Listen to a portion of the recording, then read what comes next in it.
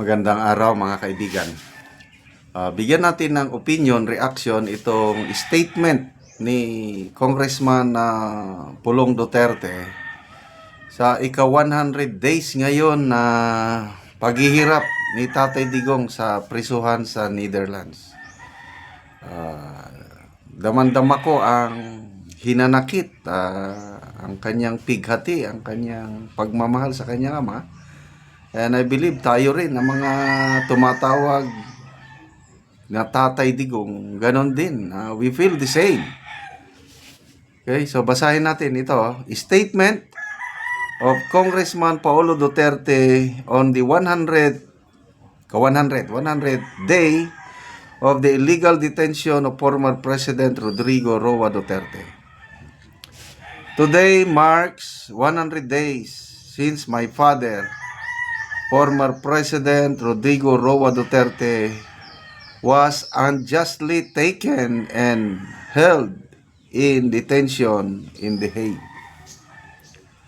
As a son, the pain is immeasurable. As a Filipino, the injustice is unbearable. He is not a criminal.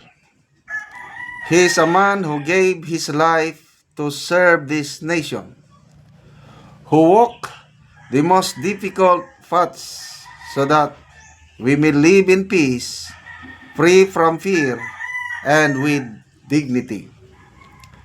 He stood up against the enemies of the Republic, and now he suffers alone, far from home, far from his people. To every Filipino here and across the world, I ask you, from the deepest part of my heart, let us not forget him. Let us remember not just the leader, but the man, the father, the friend, the patriot who never turned his back on us. Tonight, and in the days to come, let us pray for his strength, for his health, and for his freedom. Light a candle, say his name, and let your love be felt across the walls of that foreign prison. We believe in justice, we believe in truth, and most of all, we believe that the Filipino people will never abandon those who fought for them. Bisan asa ka man ibutang sa Ginoo, you are not alone. We are with you. One family, one nation, one light. Hashtag free PRRD, hashtag 100 days too long. Damandama ko yung bigat ng mga statement ni Congressman Duterte, and I agree with him. He is not a criminal.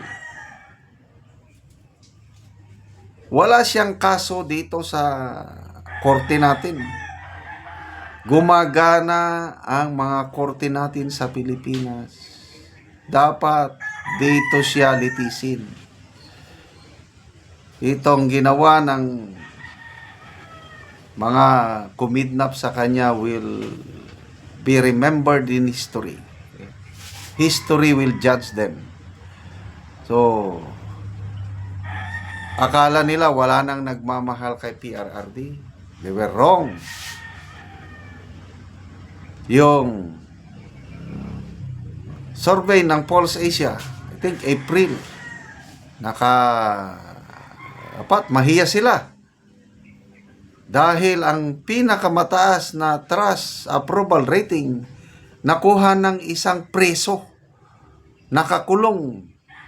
Si PRRD 63% ang kanyang trust or approval rating, samantalang ang nakaupong presidente halos kalahati, 32% lang. Anong ibig sabihin niya? Marami pa ring nagmamahal kay PRRD.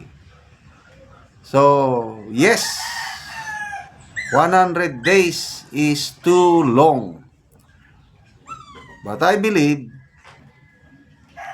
ang Diyos hindi natutulog. Kaya nga, importante talaga yung mga dasal natin, mga kaibigan. Ituloy nyo lang. Alam ko, marami sa atin ang nagdarasal para sa kaligtasan, paglaya ni Tatay Digong. Ako, every morning, kasama siya sa prayers ko, and I believe, in the right time, God will answer our prayers. So, pasalamatan natin ang kanyang abogado, sina Attorney Kaufman, dahil sa ginawa nilang petisyon. Sabi nga ni Attorney Roque, malaking posibilidad na aprubahan yun ng ICC kasi nga for human considerations.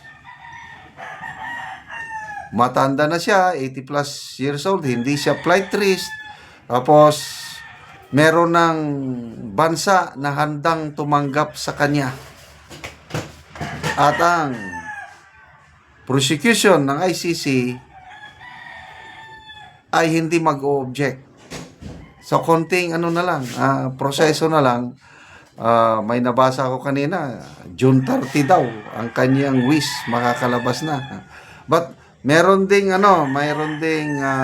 mga post na nagsasabi nakalabas na si PRRD. May nagtanong sa akin na, "Sir, totoo pa ito?" Pinasa ko post sa Facebook, nakalabas na. Hindi pa po. Huwag po tayong mag-apura. Malalaman natin kay Attorney Roque tayo maniwala o kay Attorney Kaufman mismo.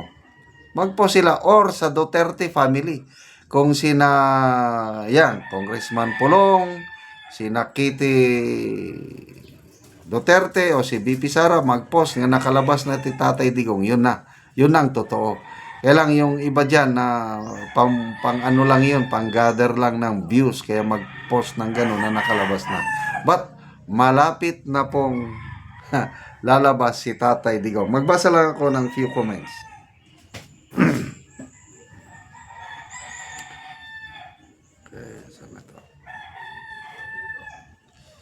La de la Sierra Fernandez, praying Tatay Digong come home safe. Tess Solina, praying for his health. God bless you po. Ayan, prayers ato. Ang daming nagdarasal.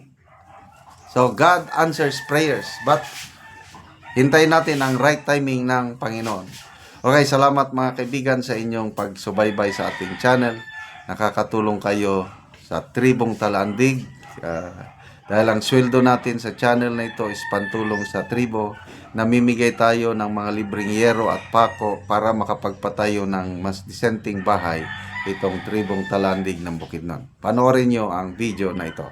Ang natagaan og sin nga nagkuha gyud og yang sa gitabang sa ngayro bisag ulan, excited gid kayo sila. Salamat kayo.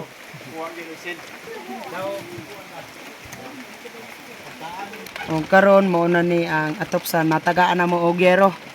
So silupin og gisumpay-sumpay ra gani ang mga silupin og ibutangan og mga kahoy sa ibabaw. So mo na ni siya. So gantos yun sila sa ulan. So karon natagaan na sila gero og na kuha na gyud makaatop na gyud sila.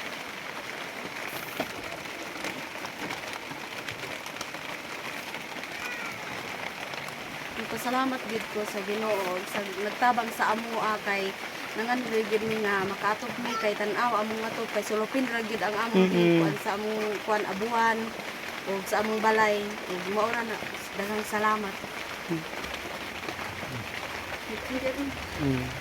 Maninaot unta mi nga magpadayon ni nga hinabang sa matag usa nga amo ang mga tao kay daghan pa ang nanginahanglan gid sa amoa kay mo ra gid na ako amo. Pila na din ni katuig ang inyong balay?